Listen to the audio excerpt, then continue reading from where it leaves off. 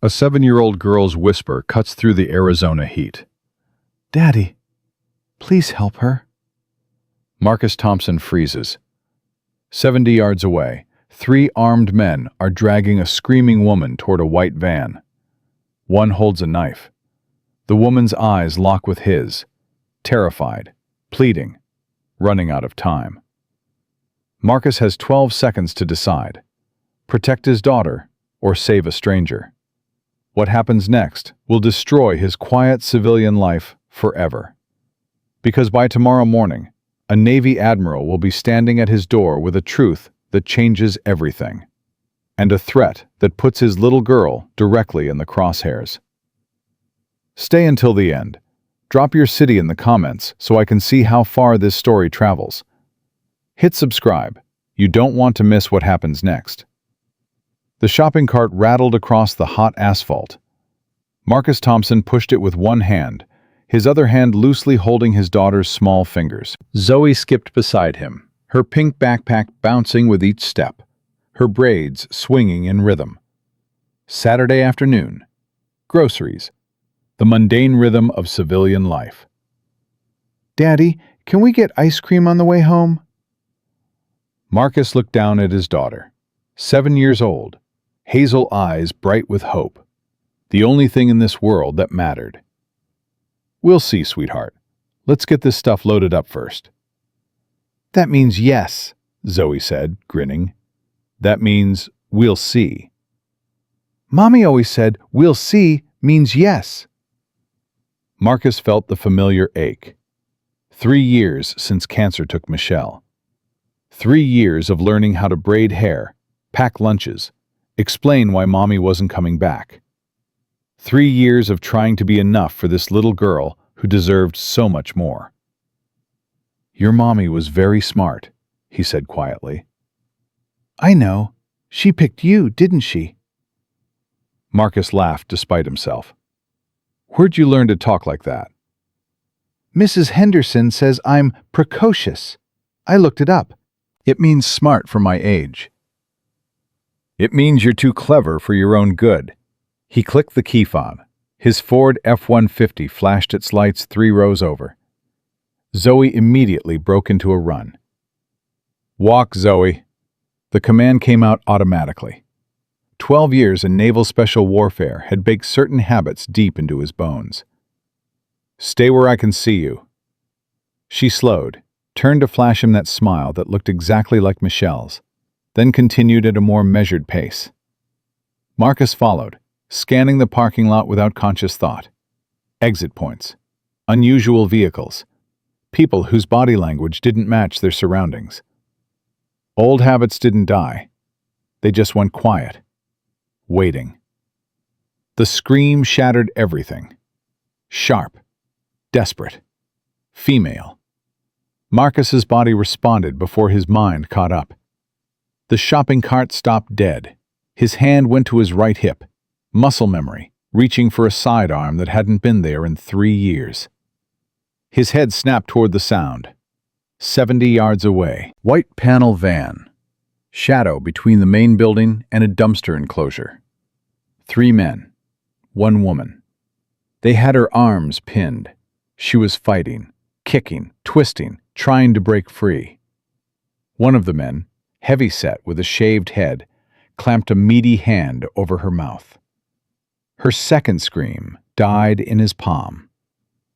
Daddy? Zoe's voice, small, uncertain. Marcus's training kicked in hard.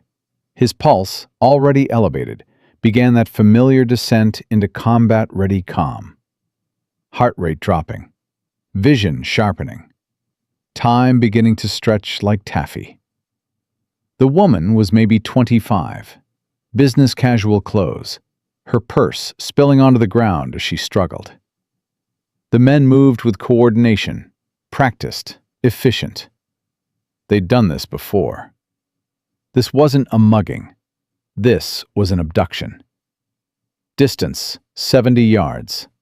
Hostiles, 3. Probable weapons, at least 1 knife. He could see sunlight glinting off steel. Tactical approach. Limited options across open terrain. 3 seconds of assessment. 1,000 calculations. Then reality crashed back. Zoe. His daughter stood 15 feet away, watching him with those trusting eyes. The same eyes that woke him at 2 in the morning from nightmares about losing her. The same eyes that represented everything he'd left the teams to protect. Daddy, what's happening?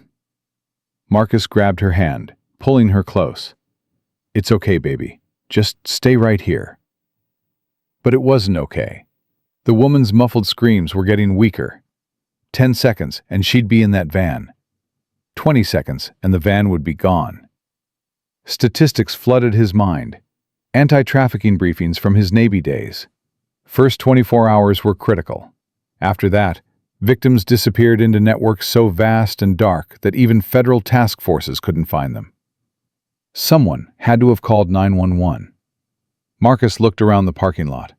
A few people were staring, mouths open, phones out. But they were recording, not calling. Others hurried away, desperate not to get involved. An elderly couple disappeared inside the store.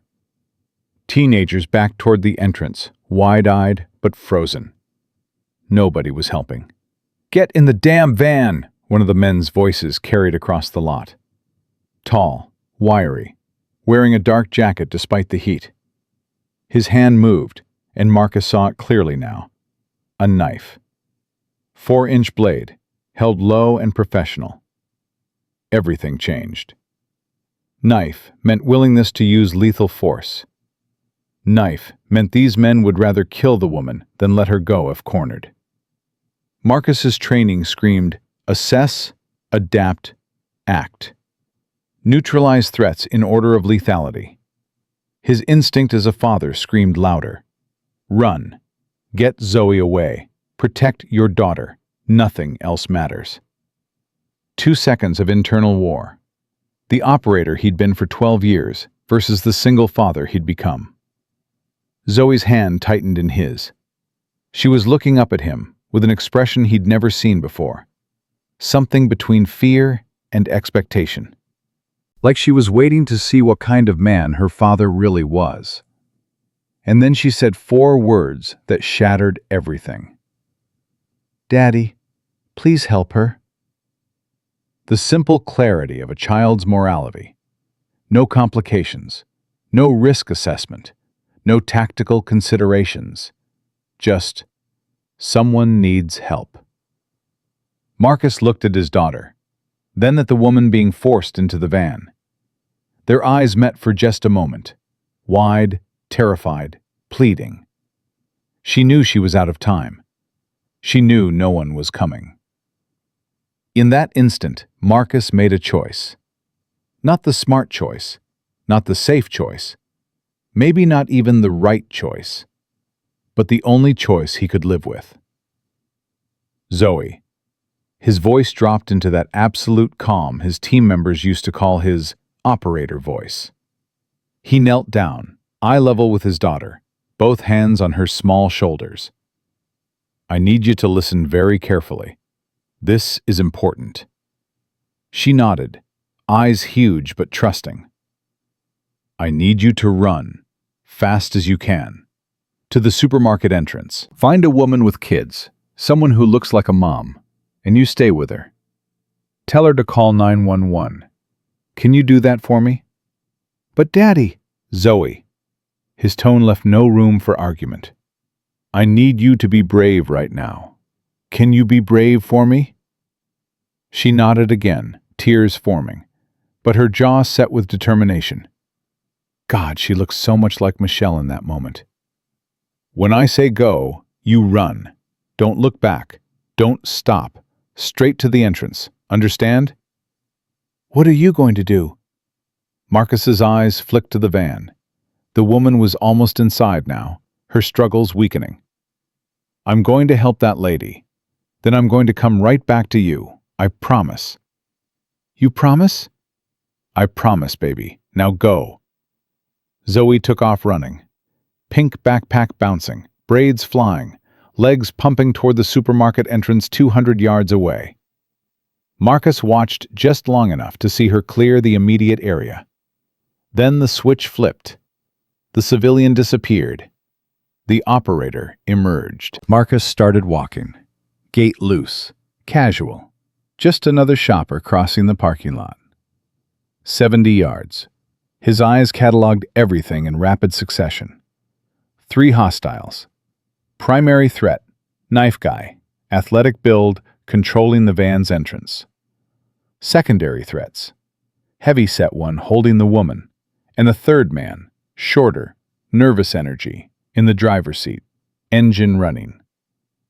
The van was a white Dodge, 10 years old, no windows in the back. License plate deliberately muddied. Professional. These weren't amateurs. 60 yards. No visible firearms, but that didn't mean they weren't armed. The van's position was smart, tucked in shadows, poor sightlines from most of the parking lot. They'd scouted this location. They knew what they were doing. 50 yards. In a perfect world, Marcus would have backup, communications, weapons. In the real world, he had his hands, his training, and about 20 seconds. The woman screamed again, weaker now. 40 yards. The knife wielder suddenly looked up, eyes scanning. He locked onto Marcus, middle-aged black man in jeans and a faded polo, hands empty, walking alone. Assessment flickered across his face. Not a cop, not a threat. He turned back to the van. Hurry the hell up! 30 yards.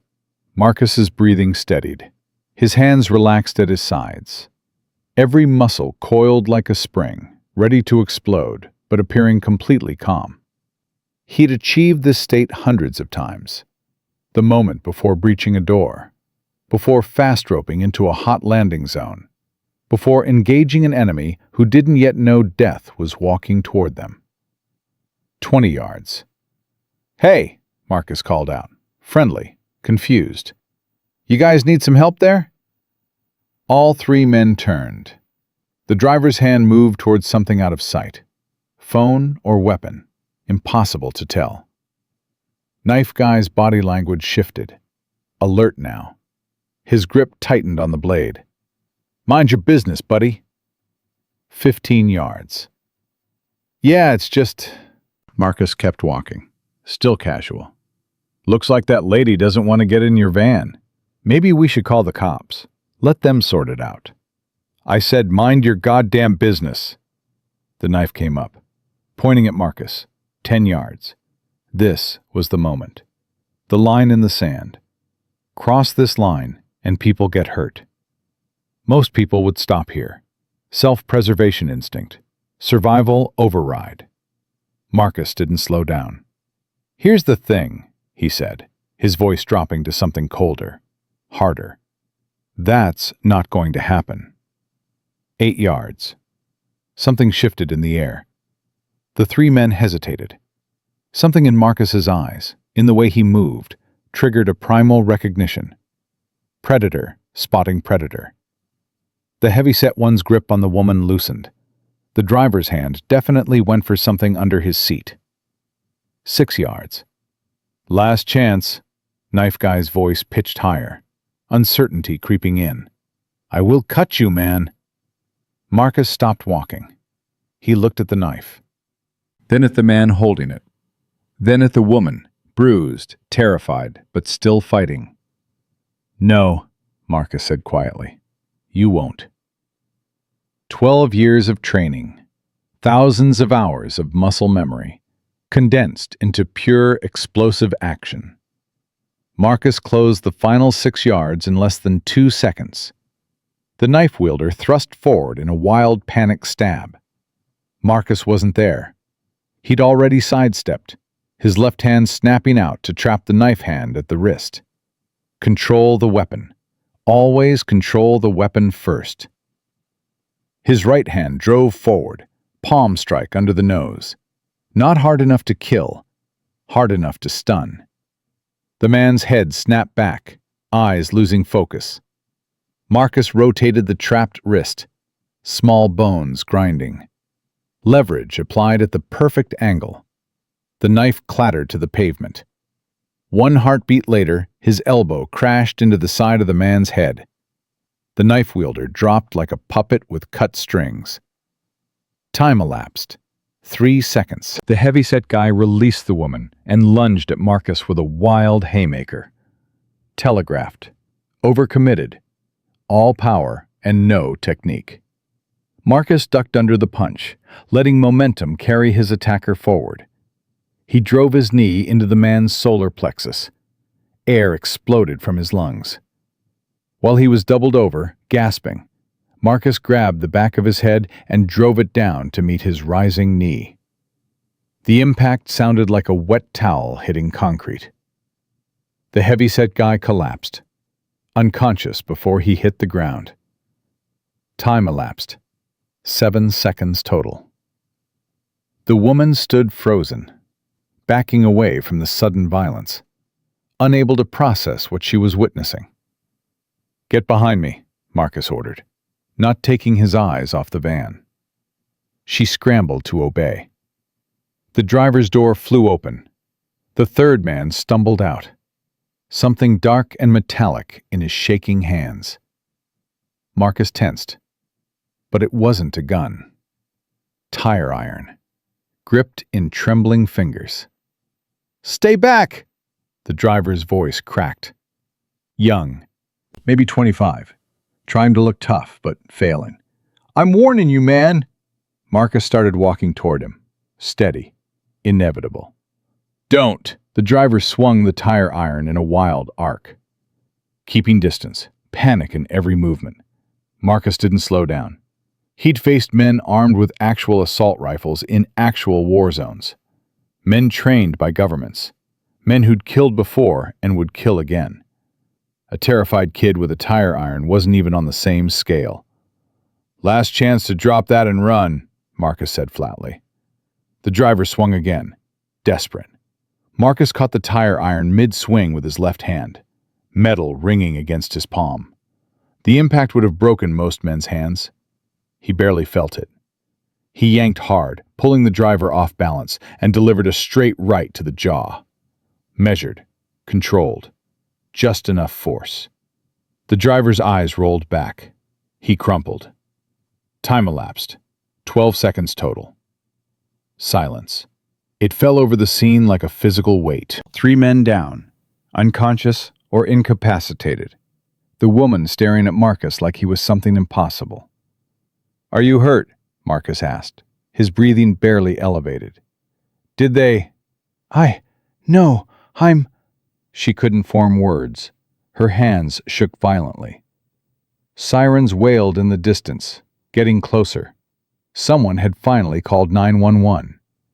Marcus looked around. Dozens of people now staring. Phones still out. Still recording. Great. "Okay," he said gently, shifting back to his normal voice, the operator receding. "You're safe now. Police are coming. Just breathe. You're safe." She nodded, tears streaming, and then suddenly she was hugging him, sobbing into his shoulder. Marcus stood awkwardly for a moment, then carefully patted her back. But his eyes were already scanning. Where was Zoe?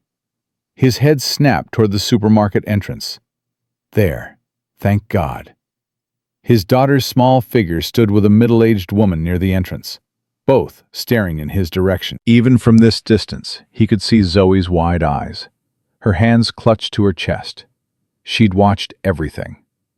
The guilt hit him like a physical blow. What had he just done? He'd saved a stranger, yes, but he'd also shown his 7-year-old daughter something she should never have seen. Her father, cold, efficient, violent. That wasn't the man she knew. That wasn't the man he'd tried so hard to become. 2 police cruisers screamed into the parking lot, lights flashing, officers jumping out with weapons drawn. "Hands where we can see them!" Marcus immediately stepped away from the woman, raised his hands high, made himself as non-threatening as possible. "I'm the one who called 911, he said smoothly. The lie came easy. Better to simplify. These 3 men were trying to kidnap this woman. They're all down. No weapons in reach. The knife is on the ground near the tall one. The officers approached cautiously, taking in the scene. 3 unconscious men. A terrified woman.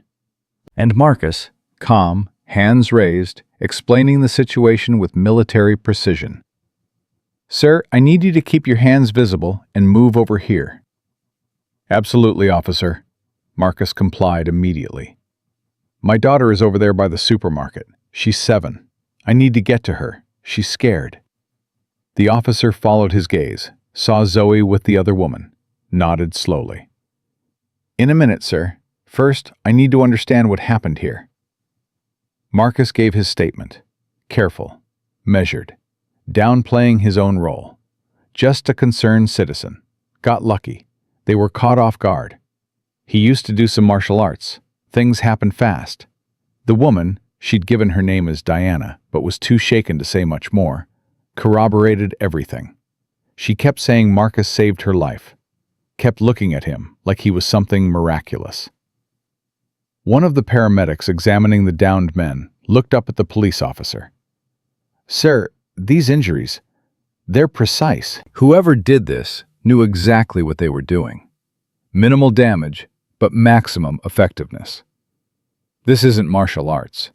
This is military. The older officer looked at Marcus with new interest. "Sir, what did you say you did for a living?" "Private security consulting. Used to be military." "What branch?" "Navy." "What did you do in the Navy?" Marcus met the officer's eyes, steady, unblinking. "I'd prefer not to say, officer. It's not relevant to what happened here." The officer held his gaze for a long moment, then nodded slowly. He'd been around long enough to recognize that particular breed of silence. "All right, sir.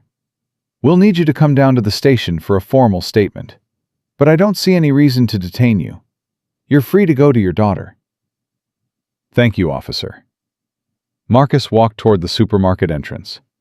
Each step felt heavier than the last. Zoe saw him coming.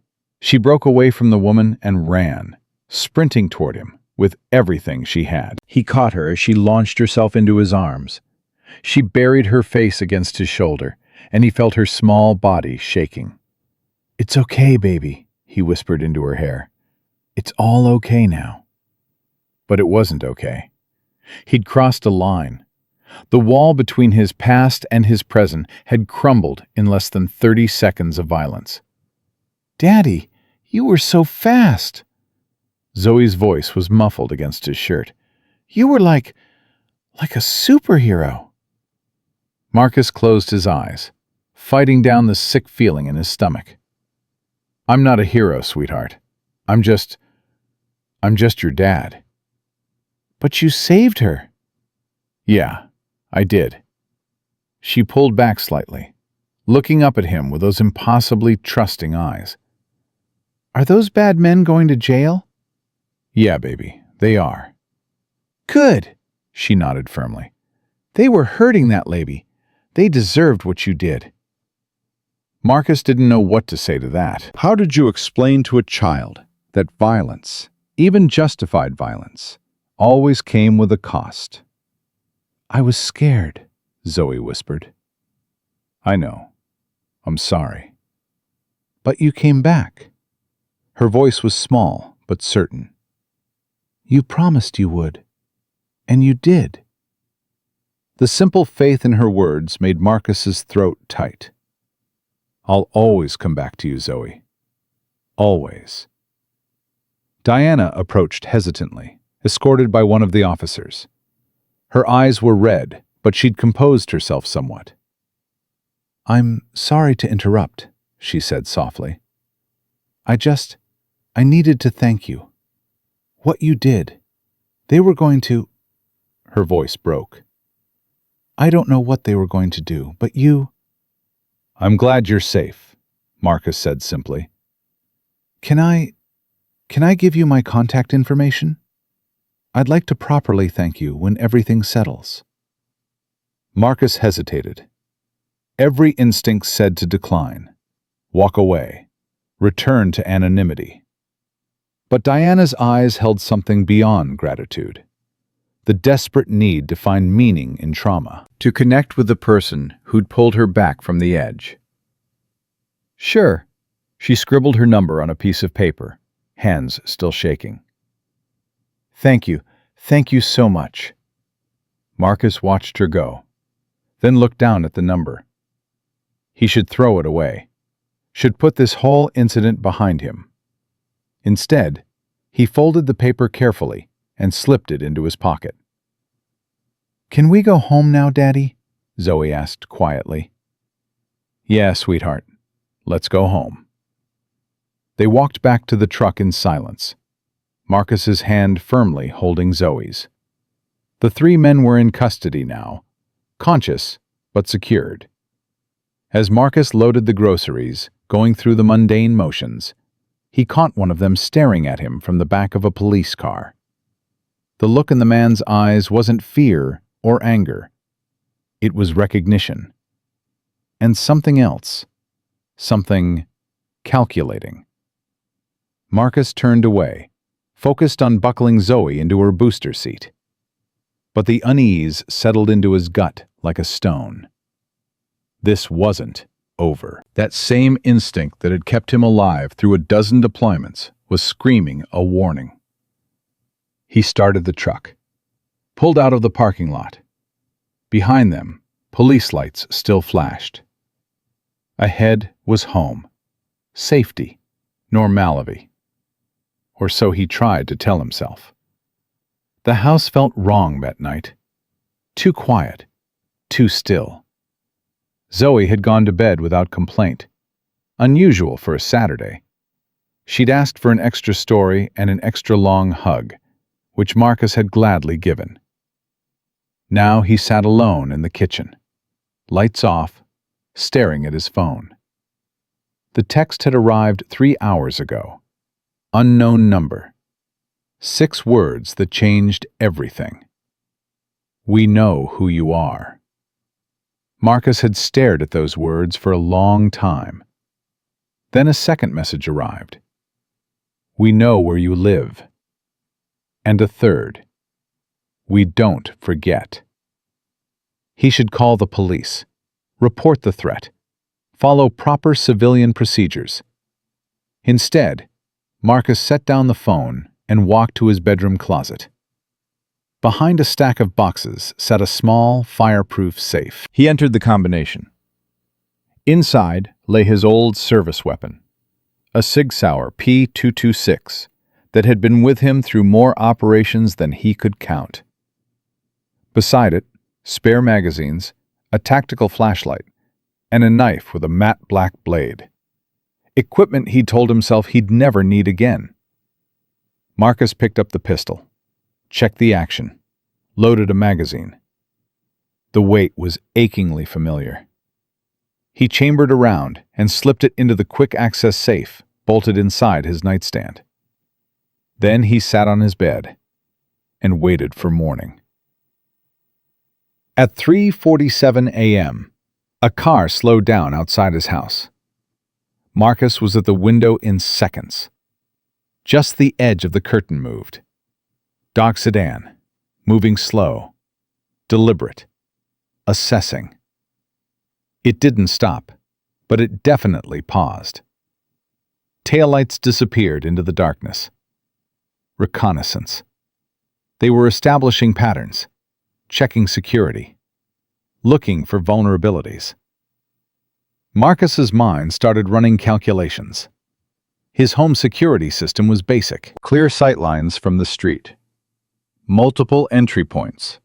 If they came in force, if they came prepared. He pushed the thoughts away. One threatening text and a slow-moving car didn't constitute an imminent threat. He was overreacting. Except those instincts had kept him alive when logic would have gotten him killed. Dawn came slowly. Marcus made coffee, strong and black. At 7:15, Zoe padded into the kitchen in her pajamas. Morning, Daddy. Morning, sweetheart. He poured her orange juice, started making pancakes. Sunday morning tradition. How'd you sleep? Okay. I had weird dreams. Yeah? What about? There was a lady in trouble, and you turned into a robot and saved her. She giggled. It was pretty weird. That is pretty weird. They fell into the comfortable rhythm of Sunday morning. Breakfast, cartoons, homework for Monday. But part of Marcus's mind stayed on high alert, waiting for the other shoe to drop. It came at 9:37 a.m. The doorbell rang. Marcus's hand went to his hip automatically, muscle memory reaching for a weapon that wasn't there. He took a breath, forced himself to relax, walked to the door. Through the peephole, he saw something that made his blood run cold. Two men in dress uniforms, Navy. One was a captain, 06, serious rank. The other was a commander, younger, carrying a briefcase. Both stood at attention, faces professionally neutral. This wasn't a social call. Marcus opened the door. "Marcus Thompson?" the captain asked. "Yes, sir." "I'm Captain Morrison. This is Commander Hayes. We're here on behalf of Rear Admiral Thomas Brennan." Marcus felt the world tilt slightly. An admiral, a flag officer, was sending representatives to his house on a Sunday morning. "May we come in?" Captain Morrison asked. Marcus stepped aside. Whatever was coming next, it wasn't going to be good. But as he led the officers into his kitchen, he realized something else. The woman from the parking lot.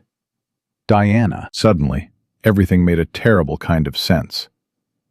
"Mr. Thompson," Captain Morrison began, setting down his briefcase, "we need to talk about what happened yesterday. The woman you saved, Lieutenant Diana Brennan, Naval Intelligence." He paused. "She's the Admiral's daughter." Marcus closed his eyes. The three men he'd taken down, the professional coordination, the threat messages. This wasn't random. This was organized. And now he was in the middle of something far bigger than a parking lot kidnapping. "The three men who attempted to abduct her," Morrison continued, "are part of an organization we've been tracking for 8 months. International Human Trafficking. Military-grade operational security." He slid a folder across the table. "They move women across state lines, possibly internationally. And as of this morning, Mr. Thompson, they know exactly who you are." Marcus opened the folder. 3 mugshots stared back at him, and underneath, a single photograph. His house, his truck in the driveway, his daughter's bicycle lying on its side near the garage. "They took this photograph 6 hours ago," Morrison said quietly. "Your daughter was playing in the yard when they drove past." Marcus's hands began to shake. Not with fear, with rage. "Admiral Brennan would like to speak with you personally," Morrison continued. "He's waiting outside." "Why?" "Because those men are talking, Mr. Thompson. They're giving up names, locations, operations. We have a chance to take down the entire network." Morrison leaned forward. "But they're also making threats, specific threats, against you and against your daughter." Marcus looked at the photograph of his house, his daughter's bicycle, the life he'd built, the peace he'd tried to find, all of it crumbling. "What does the Admiral want from me?" he asked quietly. Morrison stood. "He wants to offer you a choice."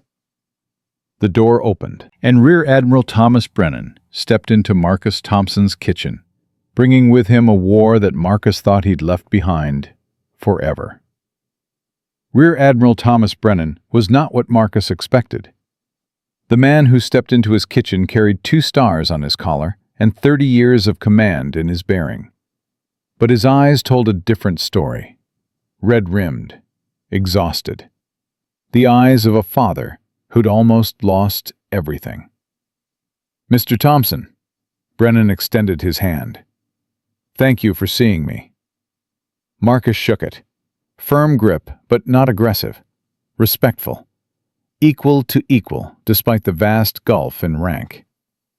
Admiral, may I sit? Of course. They sat at the kitchen table, the same table where Marcus had eaten breakfast with Zoe an hour ago. The same table where he'd drunk whiskey alone in the dark, staring at threatening text messages.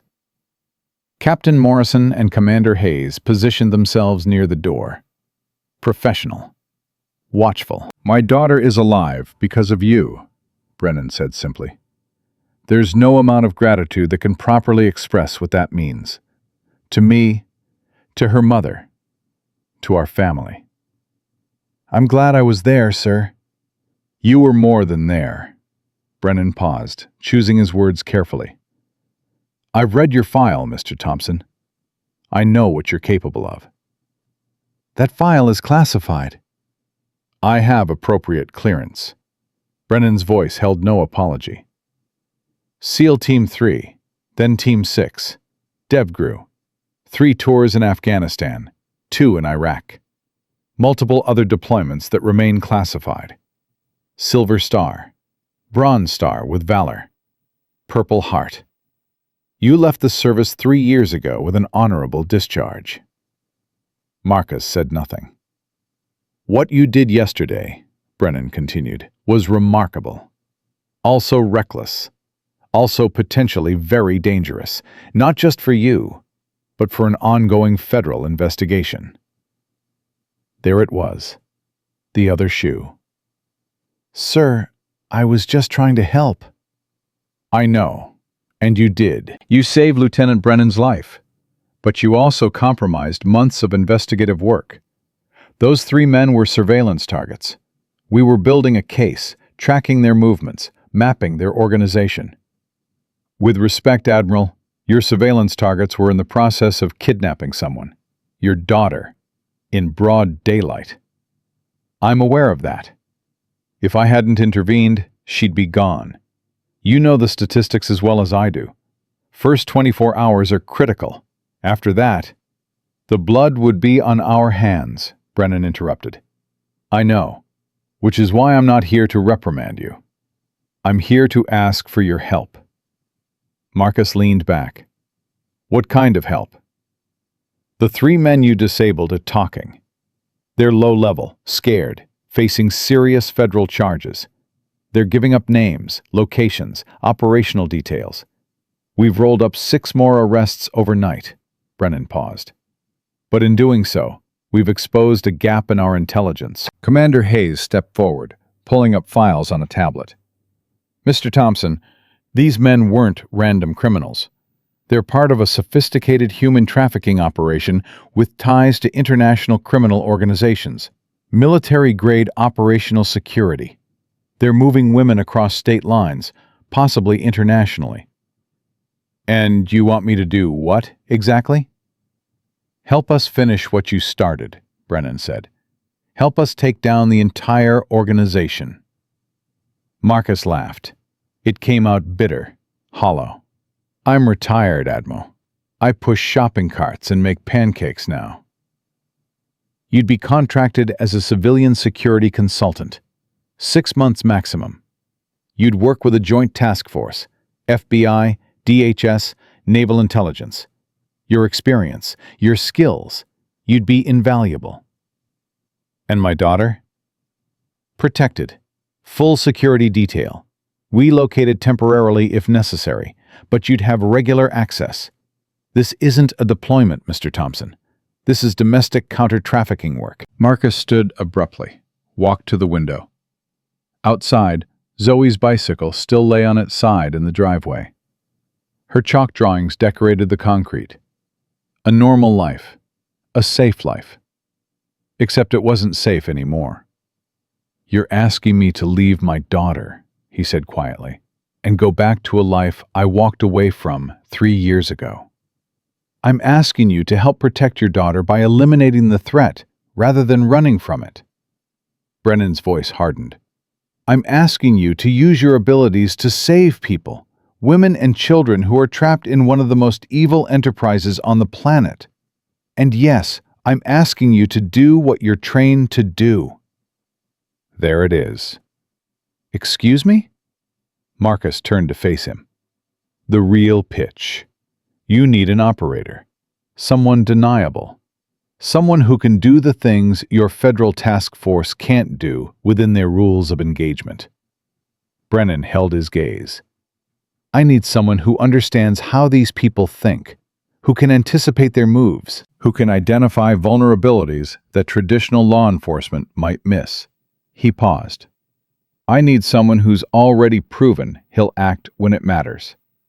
"Daddy?" Both men turned. Zoe stood in the kitchen doorway, still in her pajamas, looking at the uniformed officers with wide, uncertain eyes. Hey, baby. Marcus crossed to her quickly, kneeling down. It's okay. These are some people Daddy used to work with. "Are they here about the bad men?" Yes, sweetheart. They're here about the bad men. Zoe looked past him at Admiral Brennan. Her small face was serious, in a way no 7-year-old's face should be. "Are you going to catch them?" she asked. "All of them?" Brennan rose from his chair, walked over slowly, knelt down to Zoe's level. We're going to try very hard, he said gently. Your daddy helped us a lot yesterday. He's a very brave man. "I know." Zoe's voice was matter-of-fact. "He saved that lady." He did. And because of that, we can catch more bad people. Make sure they don't hurt anyone else. Zoe looked at her father, then back at Brennan. Is my daddy going to help you? The question hung in the air like a grenade.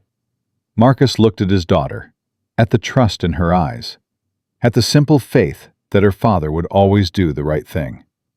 Baby, why don't you go watch your show? I need to talk to these people for a few more minutes.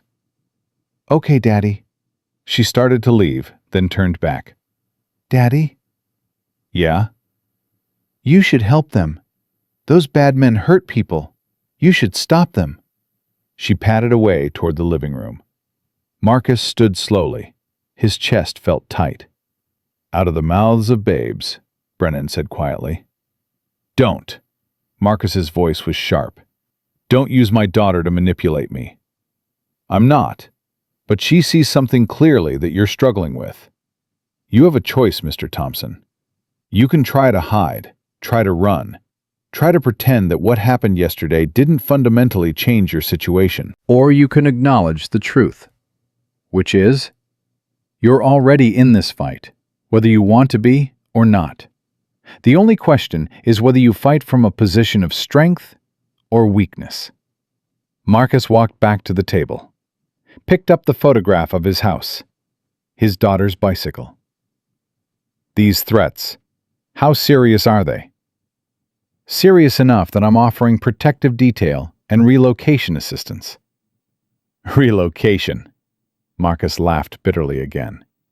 Uproot my daughter's entire life because I did the right thing. The alternative is risking both your lives. Commander Hayes spoke up. These aren't street criminals, Mr. Thompson. They're organized, well-funded, and they don't forgive disruptions to their operations. One of the men you took down, Captain Morrison added, was former Mexican Special Forces. Another was Russian military. These are professionals who've been doing this for years. They have resources, connections, and they've already demonstrated they know where you live. Marcus stared at the photograph. His daughter's bicycle. The chalk drawings. The life he'd tried to build. What's the timeline? He heard himself ask. Brennan's eyes sharpened.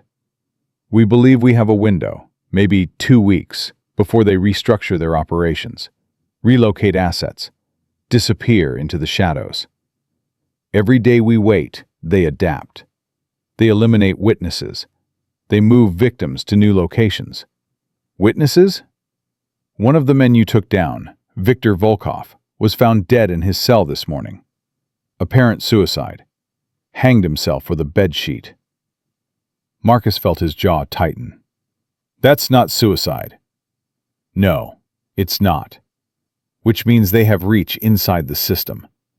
Enough fear or enough money to make someone help him die. The other two? Moved to secure federal holding, isolated cells, enhanced monitoring. But if they could get to Volkov, they can get to anyone. Marcus finished the sentence. He set down the photograph, walked to the window again, watched a car drive slowly past his house. Just a normal car, normal driver, probably. Or maybe not. This was his life now. Suspicion, hypervigilance, waiting for the next threat. If I do this, he said without turning around, I need absolute assurance that Zoe is protected. Not just security detail. I need to know she's safe, that she's happy, that she's maintaining her routine as much as possible. Done. Brennan's voice held something like relief. We'll work out the details, but her safety is non-negotiable. And I operate on my terms. I consult. I advise. But I don't take orders that put me at unnecessary risk. I'm not an active operator anymore. I'm a father first. Agreed. 6 months, not a day longer. When this is done, I walk away. And you make sure I stay walked away. No more calls.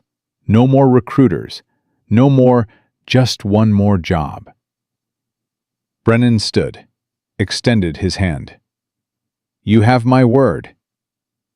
Marcus turned, looked at the Admiral, at the 2 stars on his collar, at the weight of command in his bearing, and the desperation of a father in his eyes. He shook Brennan's hand. I need to talk to Zoe, explain what's happening. She doesn't need all the details, but she needs to know her dad might be gone sometimes. Take the time you need. We'll begin coordination when you're ready. As the officers prepared to leave, Brennan paused at the door. Mr. Thompson, Marcus, my daughter told me something this morning. She said when she looked at you in that parking lot, when you were standing between her and those men, she wasn't afraid anymore. Not because she thought you'd win. She didn't know if you would. But because she saw that you'd already decided you would rather die than let them take her. Brennan's voice was rough with emotion. That kind of commitment, that kind of courage, it's rare. Thank you for saving my daughter. I hope it's worth what it's going to cost. Brennan held his gaze. So do I, Mr. Thompson. So do I. The door closed behind them. Marcus stood alone in his kitchen for a long time. Then he walked to Zoe's room. She was sitting on her bed, not watching her show after all, just waiting, looking at him with those eyes that saw too much. Hey, baby, can we talk for a minute? Are you going to help those men catch the bad guys? Marcus sat beside her on the bed, took her small hand in his. Yeah, I think I am. Because of what I said? No, sweetheart. Because of who you are. Who you've taught me to be. He squeezed her hand. But it means I might have to go away sometimes. Not for long, never for long. But sometimes I might have to travel for a few days.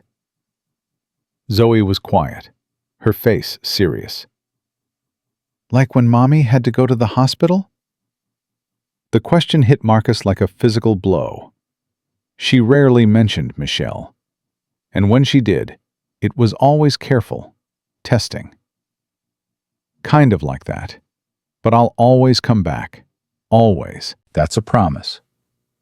You promised that yesterday, too. And you did come back. I'll always keep that promise, Zoe, no matter what. She was quiet for another moment. Then she said something that broke his heart and made him proud in equal measure. If you can help people like you helped that lady, then you should do it, even if it's scary, even if you have to go away sometimes. She looked up at him with Michelle's eyes. That's what heroes do.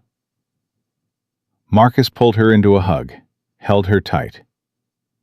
"When did you get so smart?" "I don't know. Maybe I was always smart, and you just noticed." He laughed despite everything, despite the fear and the uncertainty and the weight of what he'd just agreed to. "Maybe you're right, baby. Maybe you're right." That evening, Marcus made a call. Mike Chen picked up on the third ring.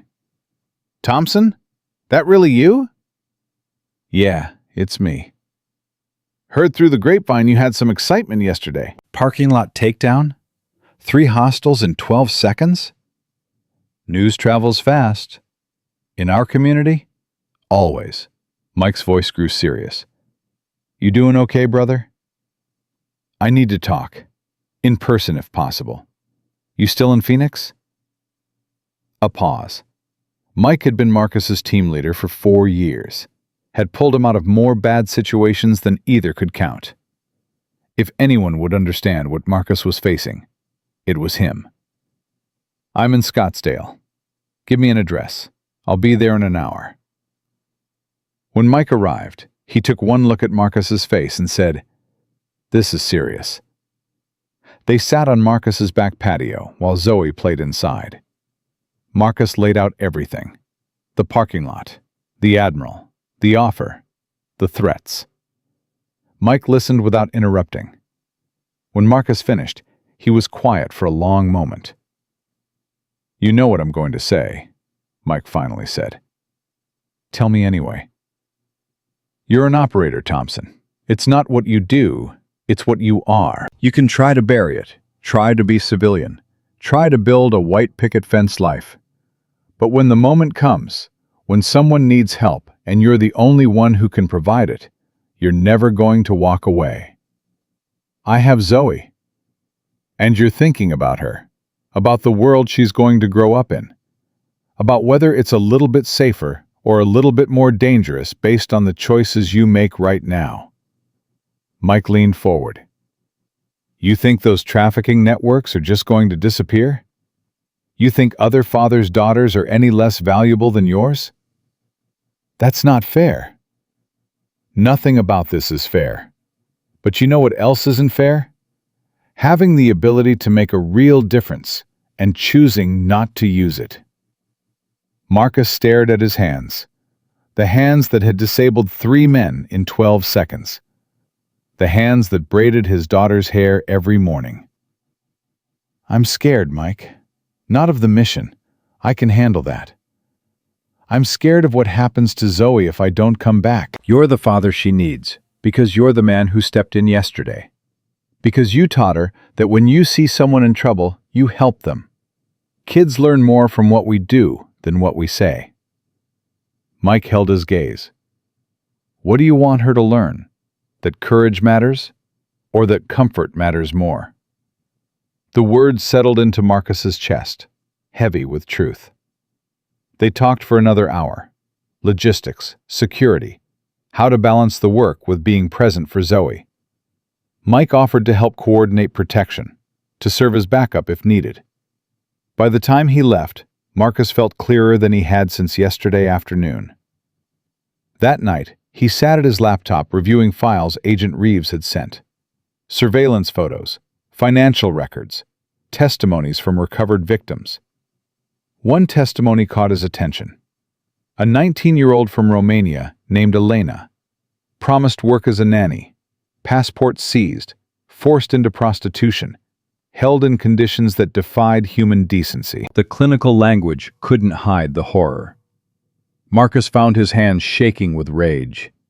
He imagined Elena's fear, her hopelessness, her desperate prayers for someone to help. Then he imagined Zoe, 15 years from now, walking through a parking lot. The thought was unbearable. His phone buzzed. Unknown number. He almost ignored it, then remembered the police had his information. A text message appeared. "Sleep tight, Mr. Thompson. Kiss your daughter goodnight. Enjoy it while you can." Marcus stared at the screen. Then he walked to Zoe's room, stood in her doorway, watched her sleep. her small face peaceful, her breathing soft and even. "I'm sorry, baby," he whispered. "I'm so sorry." But he wasn't sorry enough to make a different choice. Because some fights found you, whether you wanted them or not. And some men couldn't walk away. The next morning, Marcus Thompson began preparing for war.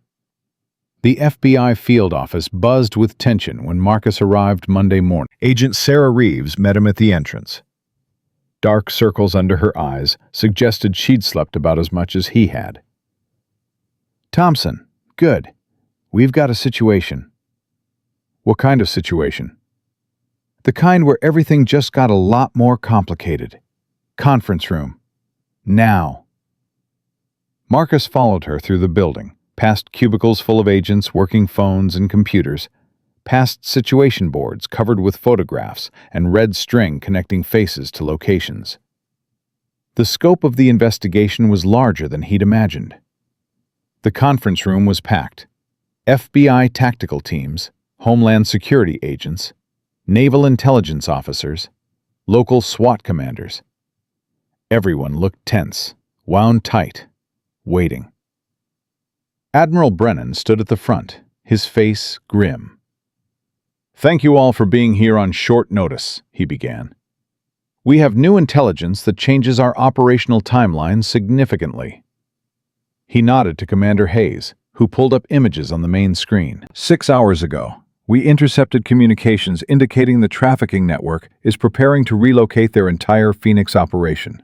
They're moving women, destroying records, burning evidence. We estimate we have 72 hours, maybe less, before they disappear completely. A murmur ran through the room. "That's not enough time," one of the SWAT commanders said. "We were planning for 2 weeks of preparation." "We don't have 2 weeks." Brennan's voice cut through the noise. "We have 3 days. Maybe." Agent Reeves took over. "We've identified 3 primary targets. A warehouse facility here in Phoenix that we believe is their main hub, a residential safe house in Tucson, and a coordination center in Las Vegas." She pulled up schematics for each location.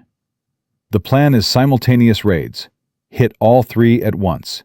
Maximum surprise, minimum opportunity for them to warn each other or destroy evidence." Marcus studied the warehouse layout. Something bothered him. "That warehouse," he said quietly. "What's your entry plan?" Reeves looked at him. "Standard building entry. Primary team through the main entrance, secondary through the loading dock." "That's a mistake." The room went quiet. "Excuse me?" One of the SWAT commanders, a big man with skeptical eyes, stepped forward. "Who exactly are you?" "Civilian consultant," Marcus said. "Former Navy." "Former Navy." The commander's tone dripped condescension. "And you're going to tell my tactical team how to do their job?" "I'm going to tell you that your tactical team is going to get people killed if they go in like that." The tension in the room spiked. "Thompson!" Brennan's voice carried a warning. "With respect, Admiral, look at that layout." Marcus walked to the screen. "Main entrance here. Loading dock here. Standard entry, you're funneling your teams into 2 predictable access points. If I were running security for that facility, I'd have defensive positions covering both approaches. Overlapping fields of fire. Kill zones." He traced lines on the schematic. "You breach those doors, you're walking into a shooting gallery." The SWAT commander stepped closer. "These aren't terrorists, consultant. They're traffickers, criminals. Criminals with military backgrounds.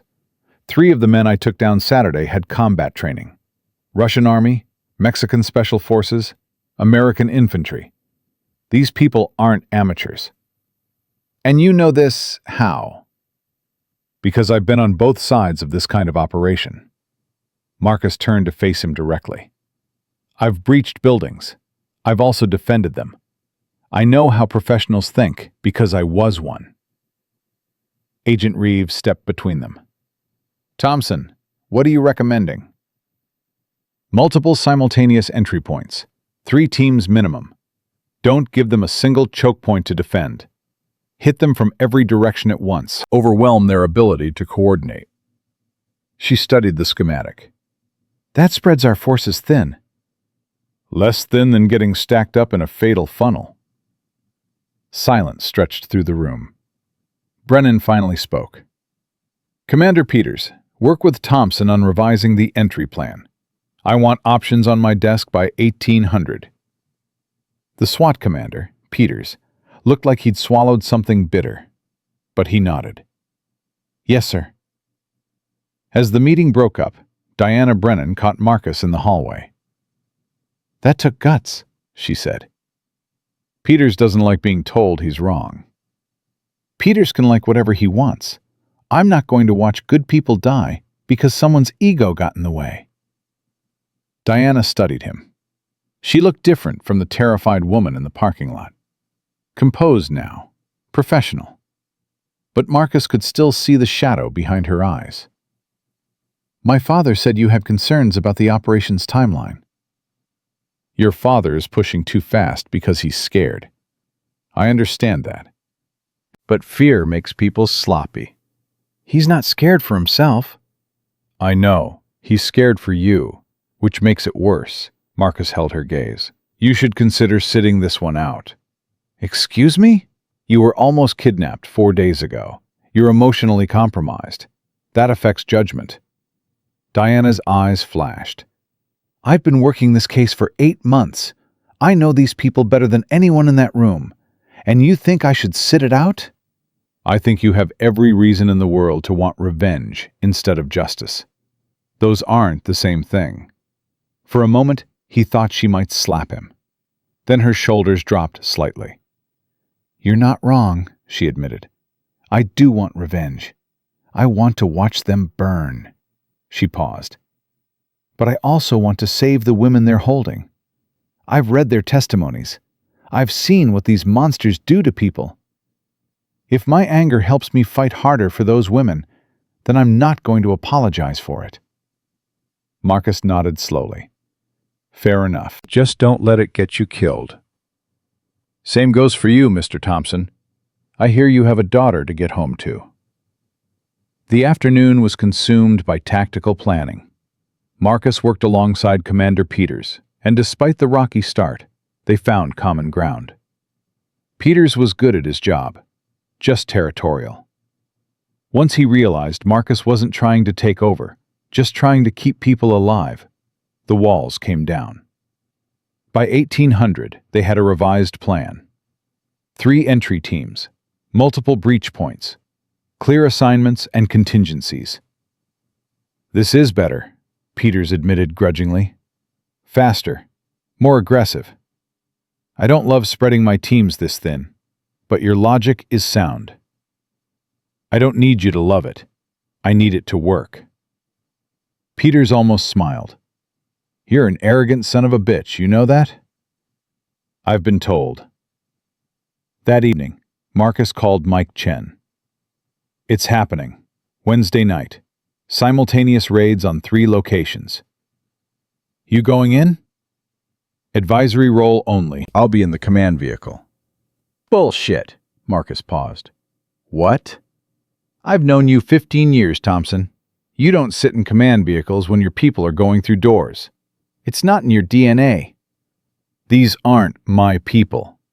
They're people. That's enough for you. Mike's voice was serious. Listen, I need you to do something.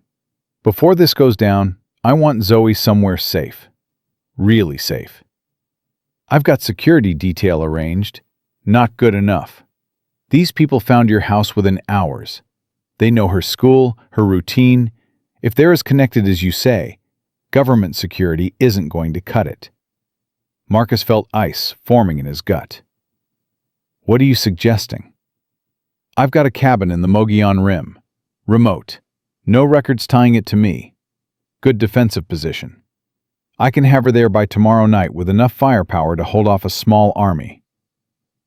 You want me to send my daughter into hiding. I want you to keep her alive. Mike's voice hardened. You're about to kick a hornet's nest, brother. When you do, they're going to come at you with everything they have. And if they can't get to you, they'll go for the next best thing. Marcus closed his eyes. Zoe's face swam in his mind. Her smile, her laugh. The way she said daddy, like it was the most important word in the world. I'll talk to her tonight. Make it convincing. Kids can smell a lie. After hanging up, Marcus sat in his truck for a long time, staring at nothing, trying to find the right words for an impossible conversation. He found Zoe in the living room, working on a drawing. She looked up when he came in, and her face brightened. "Daddy, look what I made!" She held up the paper. A crayon drawing of two figures, one big, one small, holding hands. Above them, she'd written, "My hero," in wobbly letters. Marcus's throat tightened. "That's beautiful, baby." "It's you and me," she pointed to the figures. "See? You're the big one, and I'm the small one. And you're a hero because you saved that lady." He sat down beside her, took her small hand in his. "Zoe, I need to talk to you about something important." Her face grew serious. She could always read him. "Is it about the bad men?" "Yeah, baby, it is."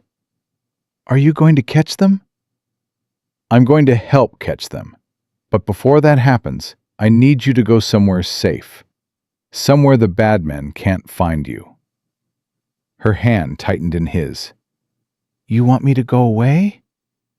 "Not away, just somewhere different for a few days. Remember Uncle Mike? He has a cabin in the mountains, with a lake and everything. You'd be safe there." "But I want to stay with you." "I know, baby. I know you do." "You said you'd always come back. You promised." "And I will. This is me keeping that promise." Marcus cupped her face in his hands. "I'm sending you somewhere safe because I love you. Because I can't do what I need to do if I'm worried about you every second." Tears welled in Zoe's eyes. Are the bad men going to try to hurt me? The truth was too sharp to speak. "They might try to scare us, but Uncle Mike won't let anyone hurt you, and I'll come get you as soon as this is over. I promise." When? "A few days, maybe a week."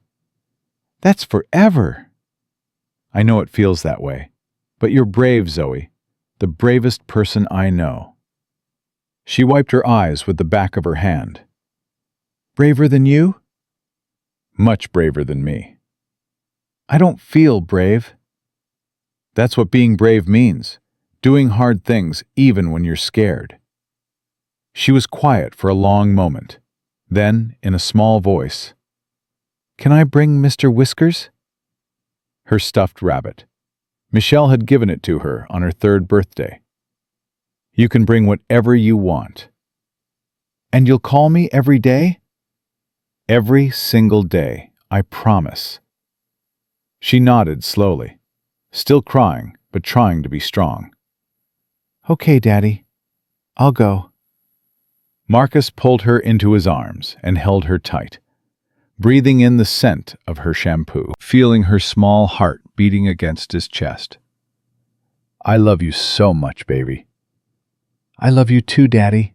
Please be careful. "I will." And catch all the bad guys. "I'll try." The next morning, Mike arrived before dawn. Marcus watched him load Zoe into the back seat of his SUV. She was trying not to cry, clutching Mr. Whiskers to her chest. "Hey," Mike crouched down to her level. "You know what my cabin has?" She shook her head. "A tire swing. Right over the lake. You can swing out and jump in. It's awesome." Really? "Really. And I make the best pancakes. Way better than your dad's." Nobody makes better pancakes than Daddy. Mike grinned. "We'll see about that." Marcus leaned into the window, kissed Zoe's forehead. Be good for Uncle Mike. I'll call you tonight. Promise? "Promise." He stepped back. Mike started the engine. Marcus watched the SUV pull away, his daughter's small face pressed against the window, one hand raised in goodbye. He stood in his driveway long after the taillights disappeared. Then he went inside to prepare for what came next. The final briefing happened Wednesday at 2100 hours. The conference room was packed with tactical teams, support personnel, and command staff. Everyone was locked in, focused. The energy in the room crackled with tension. Agent Reeves stood at the front. Final timeline. All teams in position by 0230. Simultaneous breach at 0300. Phoenix Warehouse is primary target. That's where we believe they're holding victims, and where leadership may be on site. She pulled up the tactical overlay. Phoenix team will be led by Commander Peters with FBI SWAT. Thompson will be in the command vehicle, providing tactical consultation. Marcus caught Peters' eye. The SWAT commander gave him a small nod. Grudging respect. Tucson and Vegas operations will be coordinated by local FBI field offices. Communications will be tight. Any delays or complications, you report immediately. Commander Hayes took over. Rules of engagement are standard. Announce, identify, secure. But be aware, intelligence suggests these sites may have armed security with military backgrounds. Treat every contact as potentially hostile until confirmed otherwise. What about victims? One of the agents asked. Victim extraction is priority 2, immediately after securing the site. We have female agents standing by for that purpose. Medical personnel on scene, translators. Reeves paused. These women have been through hell. We treat them with dignity and care. The briefing continued for another hour. Entry sequences, communication protocols, medical support, contingencies. Marcus absorbed it all, but his mind kept drifting. Zoe. Mike had texted an hour ago. Arrived safe. She's already asking about the tire swing. Safe. For now. At 100, the teams loaded into vehicles and began moving toward their staging areas. Marcus rode in the command vehicle with Reeves, Hayes, and the communications coordinator. The drive to the industrial district took 20 minutes. They staged 2 blocks away, maintaining radio silence. 200, all teams checking in. 201, final positions confirmed. 202, communications check. Marcus watched the tactical displays. Green dots representing agents. Red zones marking target buildings. Everything precise, orderly, exactly as planned. His phone buzzed. Mike Chen. Ward, we've got movement on the access road. Marcus's blood went cold. What kind of movement? Vehicle, moving slow, too slow. Like they're looking for something. Plates? Can't tell. Too dark. How far from the cabin? Half mile.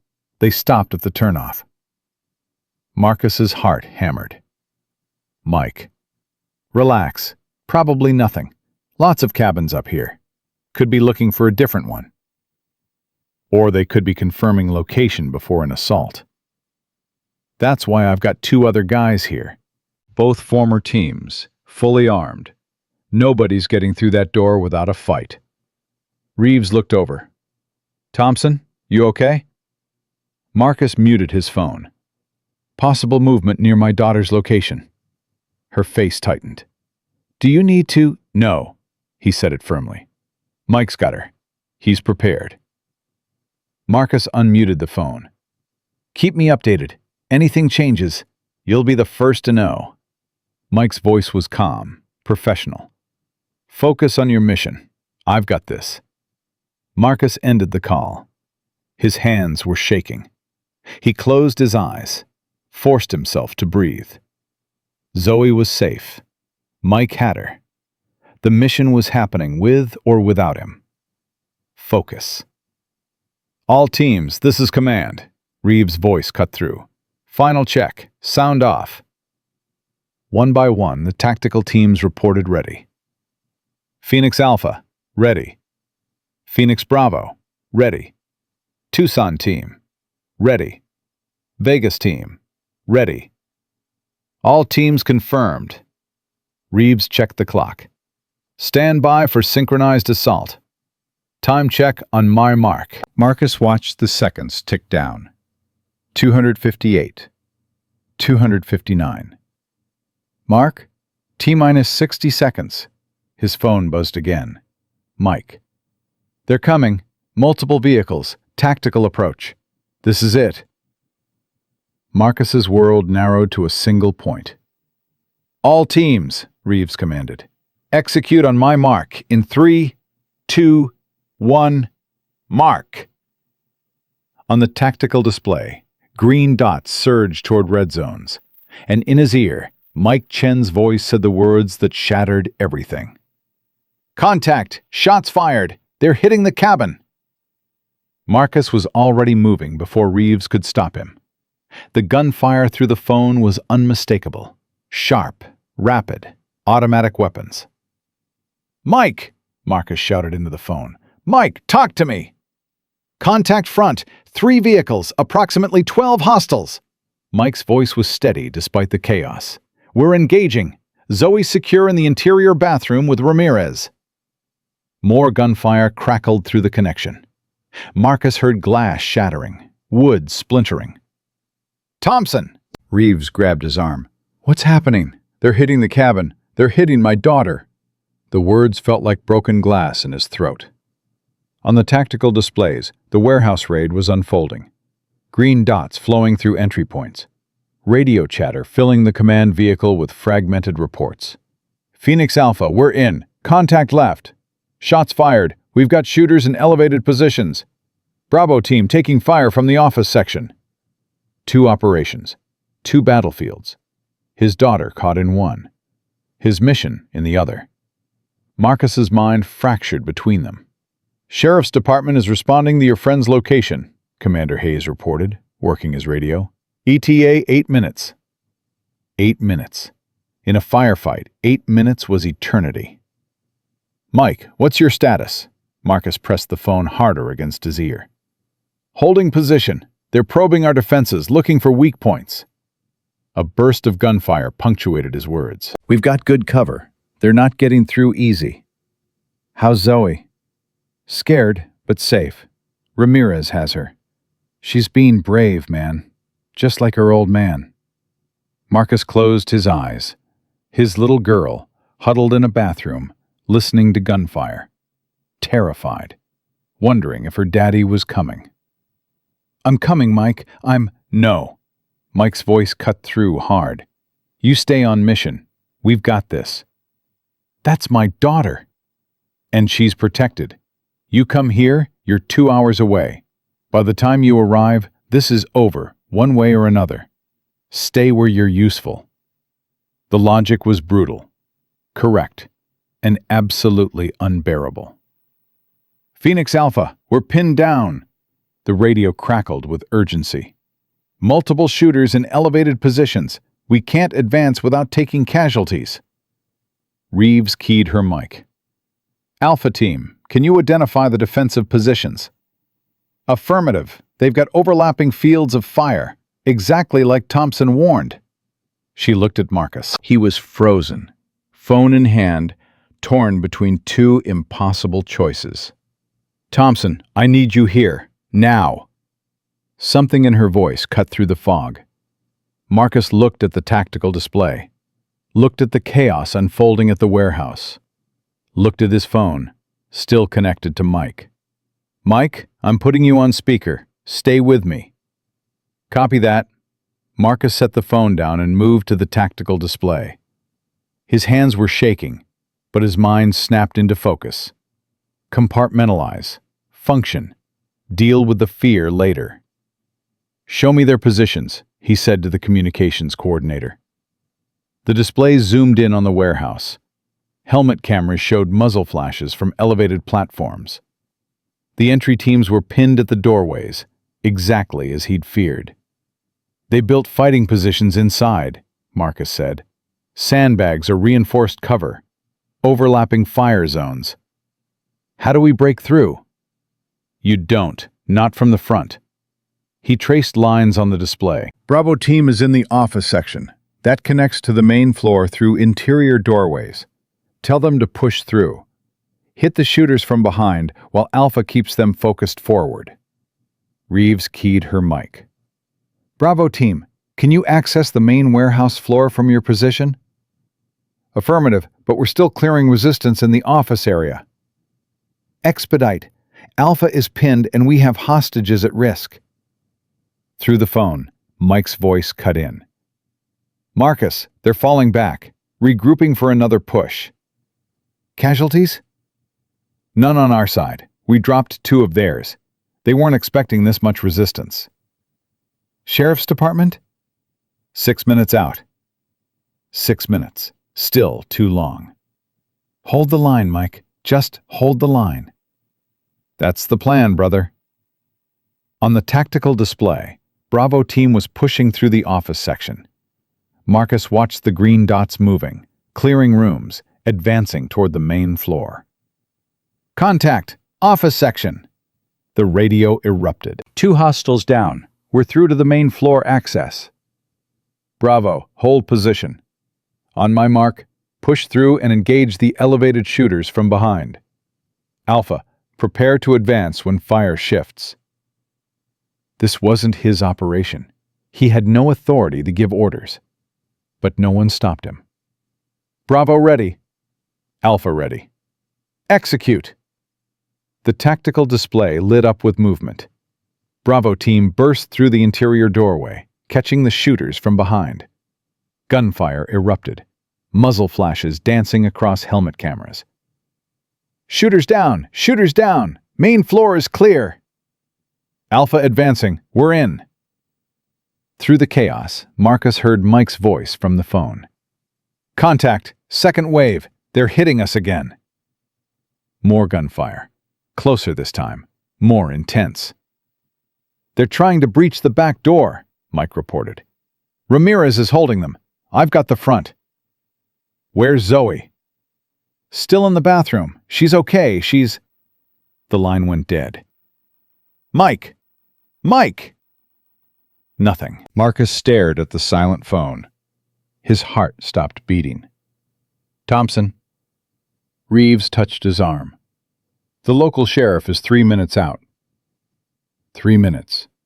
His daughter was under assault, and he was 3 minutes away from knowing if she'd survive. Phoenix Alpha, report. Reeves continued working the operation, even as she watched Marcus with concerned eyes. Main floor secured. We've got victims. 9 women appear to be restrained in the northwest corner. Medical teams moving in. Hostile status? 6 down, 2 in custody. But command, we've got runners. 2 vehicles just fled from the loading dock, heading east. Marcus looked up sharply. Leadership? Unknown. We couldn't get visual confirmation. The phone in his hand suddenly lit up. Mike's number. Marcus answered so fast, he nearly dropped it. Mike! We're okay. Mike's voice was breathless but steady. Sheriff just arrived. 4 vehicles. The shooters are bugging out. Zoe? Safe. Scared out of her mind, but not a scratch on her. Ramirez is with her now. Marcus's legs nearly buckled. He grabbed the edge of the command console to steady himself. Let me talk to her. Rustling, then a small voice, trembling. Daddy? Hey, baby. Hey, I'm here.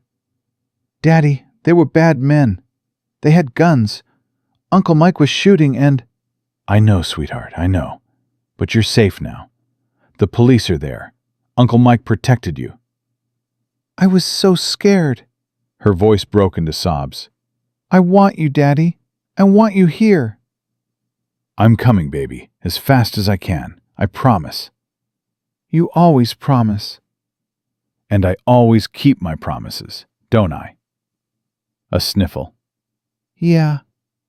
So you know I'm coming. You just have to be brave a little bit longer. Can you do that for me? I think so. That's my girl. Now put Uncle Mike back on, okay? I love you so much. I love you too, Daddy. Please hurry. Mike came back on the line. She's tough, brother. Held it together the whole time. Didn't panic, didn't scream, just did exactly what we told her. Thank you, Mike. I don't have words. You'd do the same for me. Now finish your mission and come get your little girl. Marcus ended the call. For a moment, he just stood there, breathing, processing. His daughter was alive, safe. But the mission wasn't over. Thompson. Reeves was watching him. You okay to continue? Yeah, he straightened, pushed the fear and relief down deep. What's the status on those runners? Highway Patrol is pursuing. 2 vehicles heading east toward Apache Junction. That's leadership. That's Constantine and Salazar. We don't have confirmation. It's them. They sacrificed the warehouse operation to cover their escape. This whole thing was a diversion. Marcus looked at the tactical display. The simultaneous assault on Mike's cabin. The armed resistance at the warehouse. It all made sense now. They knew we were coming. They used their own people as bait, while leadership escaped out the back. Reeves's face hardened. Highway Patrol is in pursuit. Highway Patrol won't be enough. These men have military training. They'll have contingency plans. What are you suggesting? Marcus was already moving toward the door. I'm suggesting I go after them. Thompson, you're a civilian consultant. You have no pursuit authority. Then stop me. He was out of the command vehicle before she could respond. His truck was parked 50 yards away. He sprinted to it, keys already in hand. Behind him, he heard Reeves shouting something into her radio, but he didn't slow down. Constantine and Salazar, the men running this network, the men who had ordered the attack on his daughter. They were not going to escape. Marcus tore out of the staging area, heading east. His phone connected to the vehicle's speakers, and he keyed into the law enforcement frequency. Highway Patrol, this is Civilian Consultant Thompson. What's the status on the pursuit vehicles? Static. Then, who is this?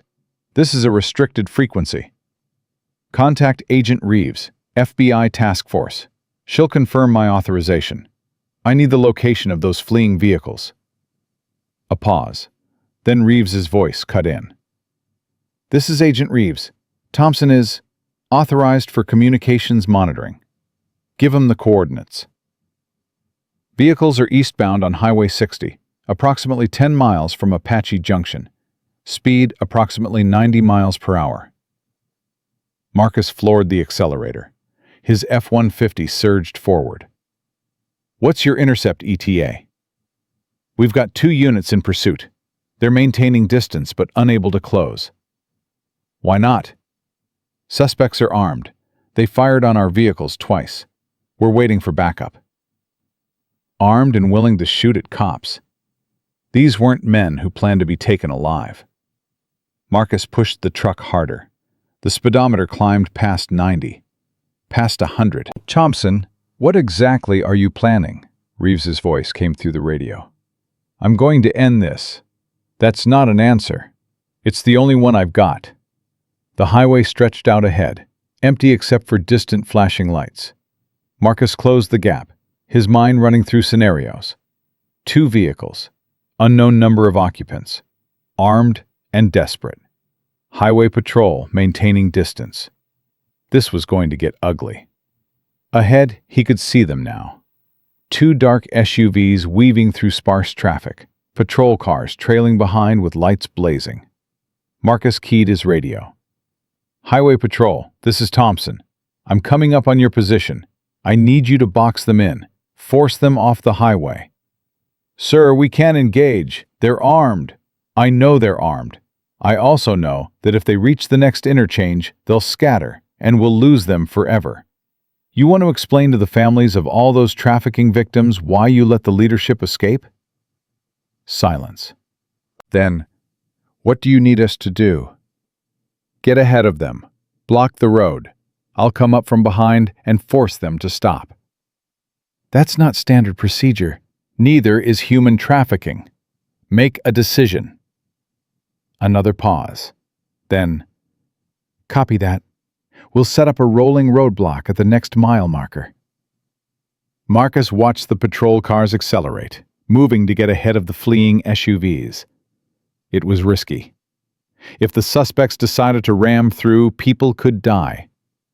But if they escaped, more people would definitely die. Just slower. In warehouses and safe houses and dark rooms where women were treated like merchandise. The roadblock formed ahead. 2 patrol cars angled across the lanes. The lead SUV, a black Escalade, braked hard. For a moment, Marcus thought they might stop. Then the Escalade swerved off the highway onto a dirt road. The second vehicle followed. "They're running," Highway Patrol reported. "Heading into the desert. We can't pursue. Our vehicles aren't equipped for off-road." Marcus didn't hesitate. He yanked the wheel and followed them off the highway. His F-150 bounced over rough terrain, suspension groaning. Ahead, the 2 SUVs kicked up dust clouds as they fled toward a cluster of industrial buildings. "They're heading for a secondary location," Marcus reported. "Some kind of industrial complex. Get me back up. SWAT is 20 minutes out. I don't have 20 minutes." The SUVs reached the complex and screeched to a halt near a large metal building. Men poured out, more than Marcus expected. 8, 10, all armed. He was outnumbered, outgunned, and alone. For a moment he considered waiting, playing it safe, letting backup arrive. Then he thought of Zoe, huddled in that bathroom, listening to gunfire, terrified. These men had done that to her. Marcus killed his headlights and pulled to a stop behind a shipping container, drew his Sig Sauer from the holster, checked the magazine. 15 rounds, 3 magazines total. 45 shots against 10 armed men. Terrible odds. But he'd faced worse. He moved on foot, using the shadows and the buildings for cover. His body remembered how to do this, how to move silently, how to read terrain, how to become invisible. Ahead, the men were organizing, some setting up defensive positions, others loading boxes and equipment into the building, probably preparing to destroy evidence. Constantine and Salazar stood near the Escalade, arguing about something. Marcus couldn't hear the words, but the body language was clear. Panic. Blame. Their operation crumbling around them. Marcus circled around, getting closer. 60 yards. 50. 40. He needed to take out the leadership first. Constantine and Salazar were the priority. Without them, the organization would fragment. A guard stepped around a corner 10 feet away. Their eyes met. The guard's hand went for his weapon. Marcus was faster. 2 shots, center mass. The guard dropped. The echo of gunfire shattered the silence. "Contact! We've got contact!" The compound erupted. Muzzle flashes everywhere. Bullets sparking off metal containers. Marcus moved, rolling behind cover. Returning fire. Controlled. Precise. One hostile down near the building entrance. Another at the loading dock. But they were converging on his position. Too many. Too fast. A bullet tore through his left arm. Hot. Sharp. He grunted, kept moving. Pain was just information. Deal with it later. Constantine and Salazar were running toward a vehicle on the far side of the compound, trying to escape again. Not this time. Marcus broke from cover and sprinted after them. Bullets snapped past his head. He didn't slow down. One of the guards moved to intercept him. Marcus shot him twice without breaking stride. Constantine reached the vehicle. Salazar was right behind him. Marcus fired at the tires. The first shot missed. The second found its target. The rear tire exploded. Constantine spun, weapon in hand. Their eyes met across 30 feet of dusty ground. "Federal agent!" Marcus shouted. "Drop your weapon!" It was a lie, but it might make them hesitate. Constantine didn't hesitate. He fired. Marcus dove left, firing as he moved. One shot caught Constantine in the shoulder. The man screamed and dropped his gun. Salazar came around the vehicle, automatic pistol spitting fire. Marcus rolled behind the Escalade's engine block. Bullets punched through the doors but couldn't penetrate the engine. He waited. Salazar was moving, circling, trying to get an angle. Marcus counted his shots, counted the seconds. There. He came around the Escalade's front fender and fired 3 times. Salazar went down. Constantine was struggling to reach his dropped weapon with his good arm. Marcus walked over and kicked it away. "It's over." Constantine looked up at him, blood seeping through his fingers where he clutched his shoulder. "You think this ends anything?" he spat. "You stopped one operation. There are 100 more. Then I'll stop those too. You're one man." "I'm a father." Marcus pressed his weapon to Constantine's forehead. "And you sent men to kill my daughter." Constantine's eyes widened, real fear for the first time.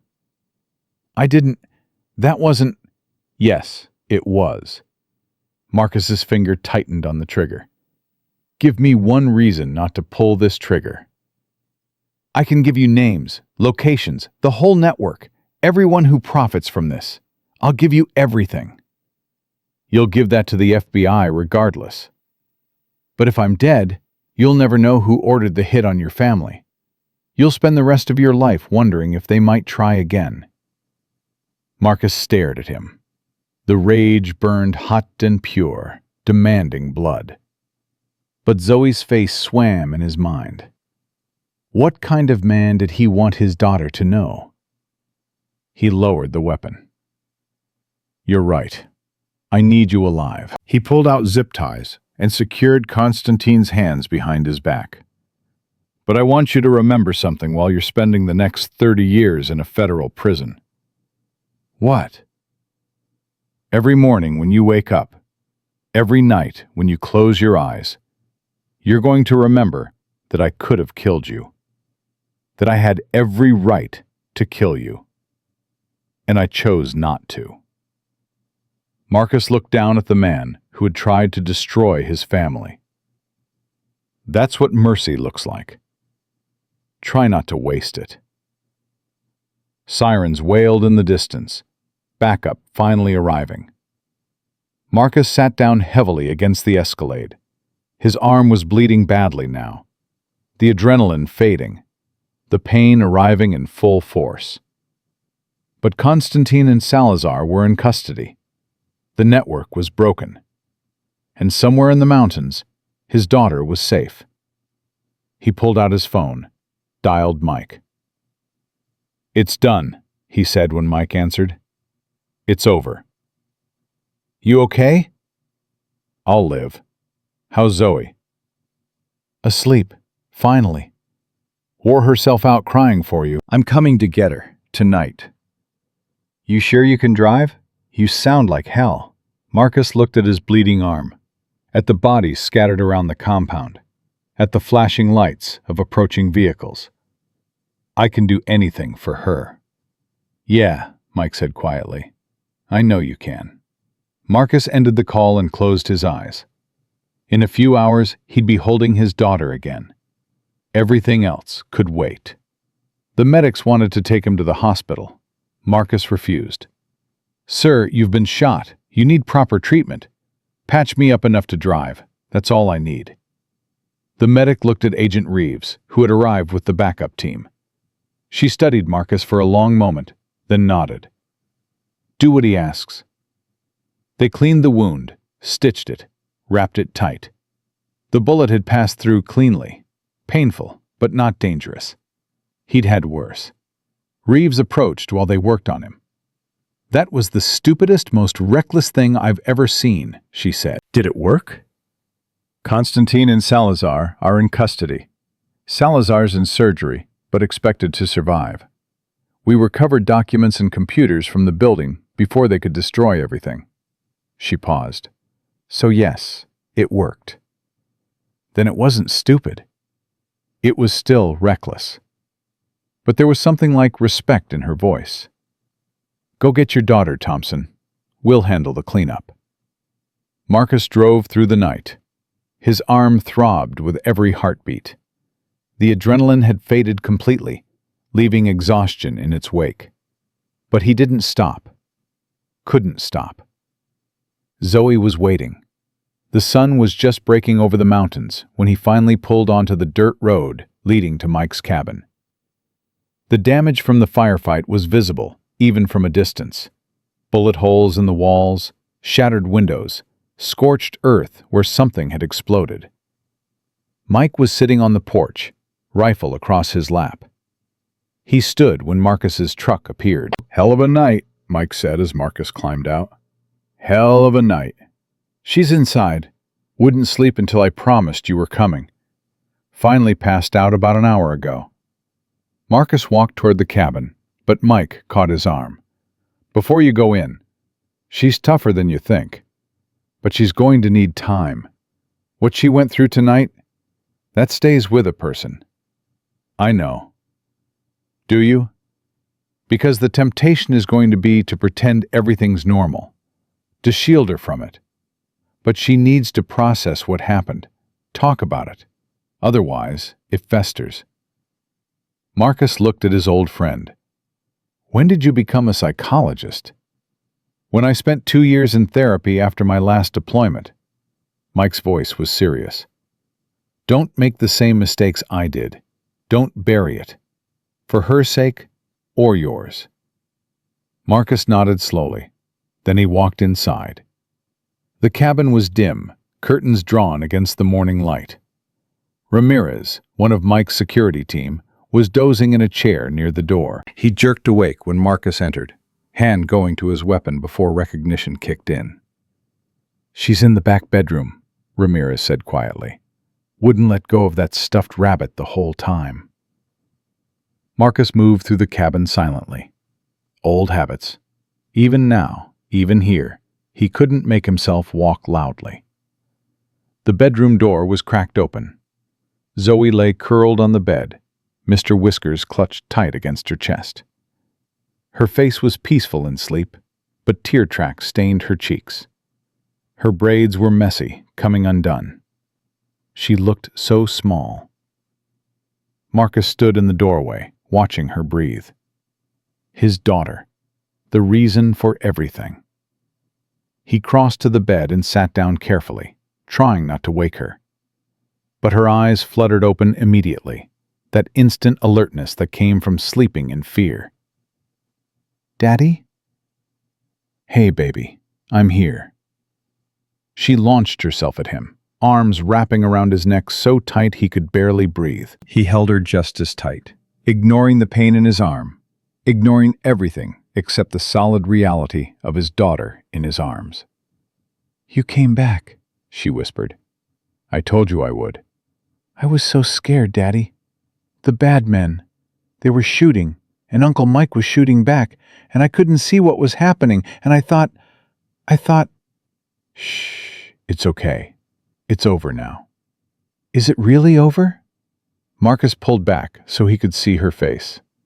Those hazel eyes, so much like Michelle's, searching his for truth. "The bad men who sent people here, they're in jail now. They can't hurt anyone ever again." "You caught them?" "I caught them." Did you have to hurt them?" The question caught him off guard. He'd expected fear, relief, even anger. Not this careful, measured question about what he'd done. "Some of them," he admitted. "They were trying to hurt other people. I had to stop them." "Are they dead?" "Some of them. The ones who made the decisions, they're alive. They're going to prison for a very long time." Zoe was quiet, processing this. 7 years old, trying to understand violence and justice and the complicated spaces between. "I'm glad you didn't kill them all," she finally said. "Why?" "Because then you'd be sad. Mommy always said hurting people makes us sad inside, even if they deserved it." Marcus felt tears prick his eyes. Michelle. still teaching their daughter, even from beyond. Your mommy was very wise. I know. Zoe snuggled back against his chest. Can we go home now? Yeah, baby, we can go home. The drive back to Phoenix took 3 hours. Zoe slept for most of it, exhausted beyond what any 7-year-old should ever experience. Marcus drove one-handed, his injured arm cradled against his chest, checking on her in the rear-view mirror every few minutes. She was here. She was safe. That was all that mattered. They arrived home just before noon. The house looked exactly as they'd left it. Zoe's bicycle still on its side in the driveway, her chalk drawings fading on the concrete. Normal. Ordinary. As if the last week had been a dream. But it wasn't a dream. The bullet hole in his arm was proof of that. Marcus carried Zoe inside, laid her in her own bed, tucked Mr. Whiskers beside her. She stirred briefly. Daddy? I'm here, baby. I'm not going anywhere. Promise? Promise. She was asleep again before he finished the word.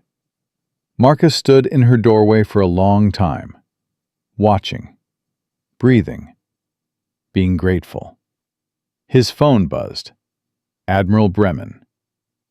Thompson, I heard what happened last night. How are you? Alive. My daughter's safe. I know. Mike Chen briefed me this morning. What he and his team did, holding off that assault until backup arrived, that was extraordinary. Yes, sir, it was. How's your arm? Functional. A pause. The task force is conducting after-action review. Your pursuit of Constantine and Salazar. It's going to raise some questions. You were acting outside your authority. I'm aware. I've already begun running interference. Given the results, 2 primary targets in custody, substantial evidence recovered, network leadership neutralized. I don't anticipate any serious consequences. But there may be some bureaucratic noise. I can live with bureaucratic noise. I thought you might say that. Another pause. Thompson, what you did last night, pursuing armed suspects alone, engaging in a firefight while wounded, that wasn't the action of a consultant. That was the action of an operator. Old habits. Perhaps. Or perhaps you were reminded of who you really are. Marcus didn't respond.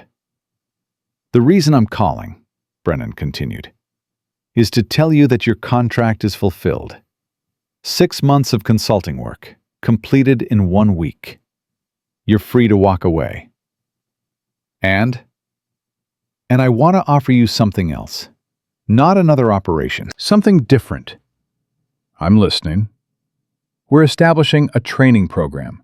Counter-trafficking tactics for law enforcement and military personnel. Teaching them how to think like operators when dealing with these kinds of threats. How to identify vulnerabilities, plan operations, protect victims. You want me to teach? I want you to build something. Use your experience to help others do what you did last night, but with better support, better planning, better resources.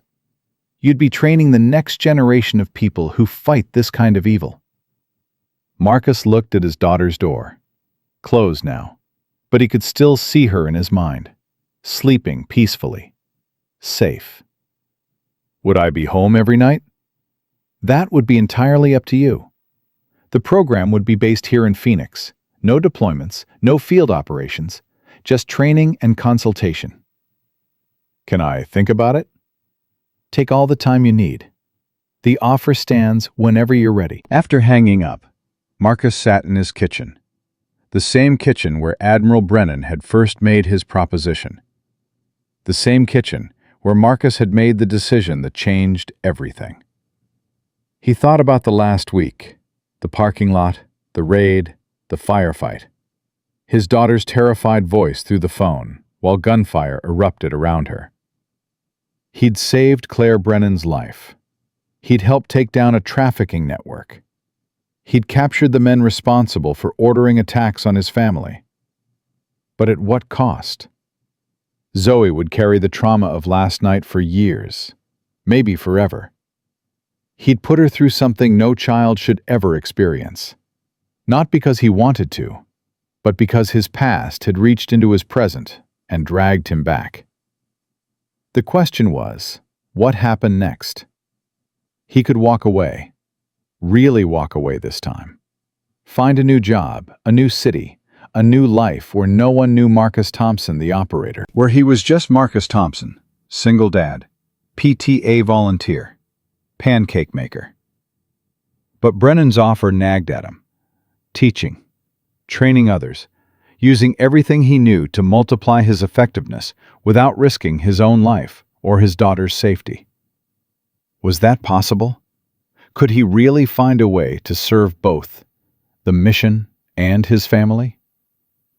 His phone rang again. Diana Brennan. Thompson, I heard you were quite the hero last night. I was quite the idiot last night. Got lucky. Luck and skill aren't mutually exclusive. Her voice softened. How's Zoe? Sleeping. Processing. She'll be okay, eventually.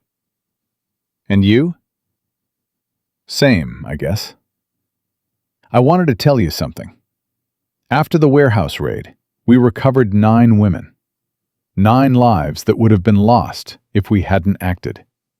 And because Constantine is cooperating, trying to reduce his sentence, we're getting names, locations, connections to other networks. The FBI estimates we'll be able to roll up another 50 arrests in the next few weeks. That's good news. It is, and it's because of you.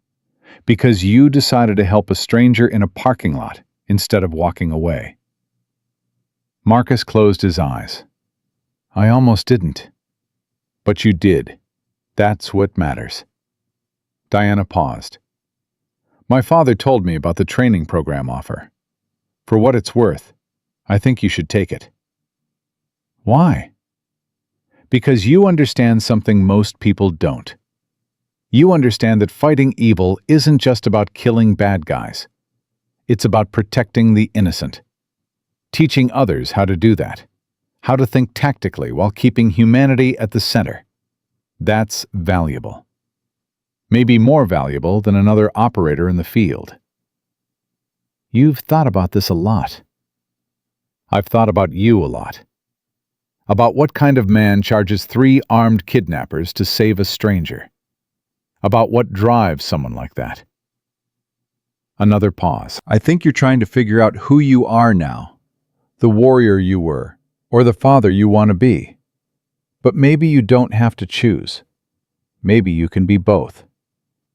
After she hung up, Marcus sat for a long time. Both. The warrior and the father. Could they coexist? Zoe appeared in the kitchen doorway, rubbing sleep from her eyes, Mr. Whiskers dangling from one hand. Daddy, I'm hungry. Yeah, baby, me too. How about some pancakes? It's not breakfast time. Pancakes don't care what time it is. She smiled, the first real smile he'd seen since before the raid, and climbed onto her chair at the kitchen table. Marcus moved around the kitchen, gathering ingredients, mixing batter. The familiar rhythm of something normal, something good. Daddy? Yeah? Are you going to keep helping catch bad guys? He paused, spatula in hand. I'm thinking about it. If you do, will you be gone a lot? No, baby, not anymore. If I do this, I'll be teaching other people how to catch bad guys. I won't have to go away. So you'd be like a teacher? Kind of, yeah. Zoe considered this while he poured batter onto the griddle. Mrs. Henderson is a teacher. She's nice. She is. Being a teacher seems like a good job. It does, doesn't it? The pancakes sizzled. Marcus flipped them with practiced ease. Daddy? Yeah? I'm glad you helped that lady in the parking lot, even though it was scary, even though the bad men came after us. She looked at him with those serious hazel eyes. If you hadn't helped her, she'd be gone, right? Probably, yeah. Then you did the right thing, even though it was hard. Marcus set a plate of pancakes in front of his daughter, sat down across from her, watched her pour syrup with the concentration of a surgeon. When did you get so smart? He asked. I told you before, Daddy. Maybe I was always smart.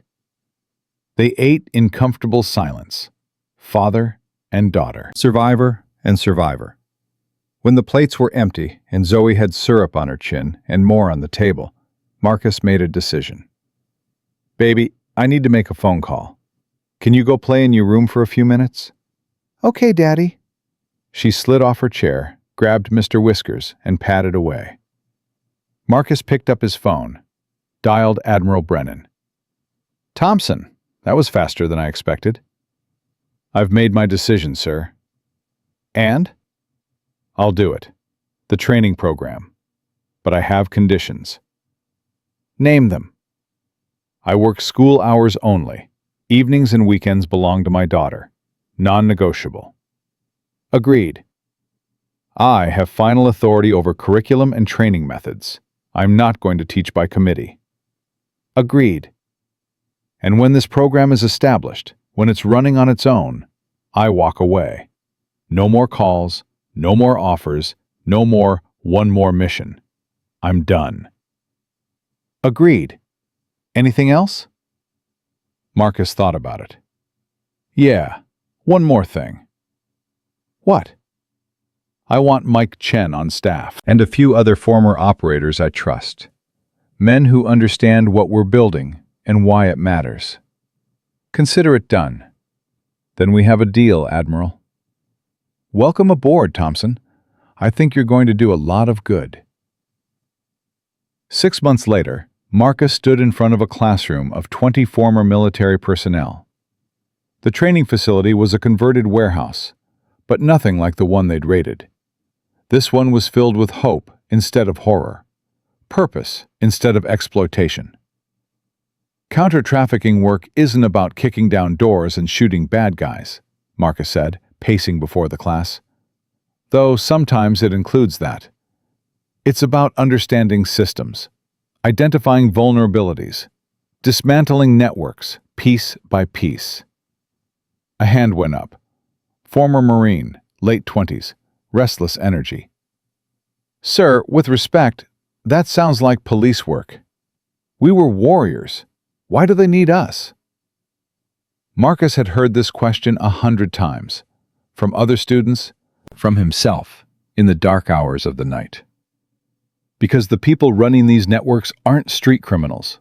They're professionals. Many have military backgrounds. They think tactically. They plan operationally. They understand security. He paused, meeting the Marine's eyes. To beat them, you need to think like them. That's where you come in. The session continued for 2 hours. Tactical analysis, threat assessment, victim protection protocols. When it ended, the students filed out for their break.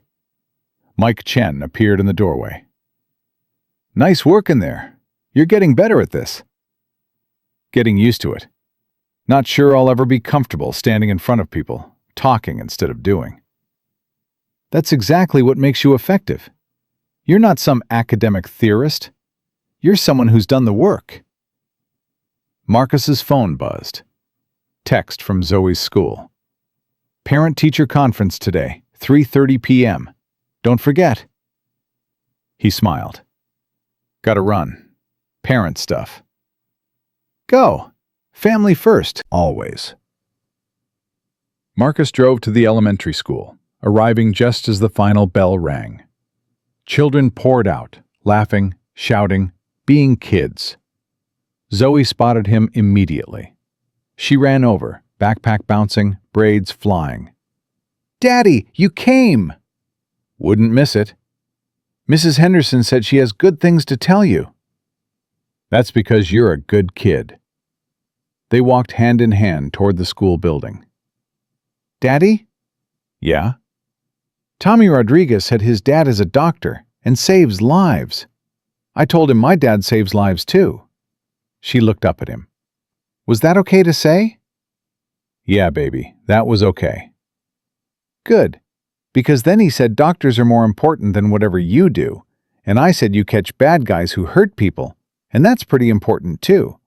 And he said that sounds made up, and I said it's not made up because I saw you catch bad guys.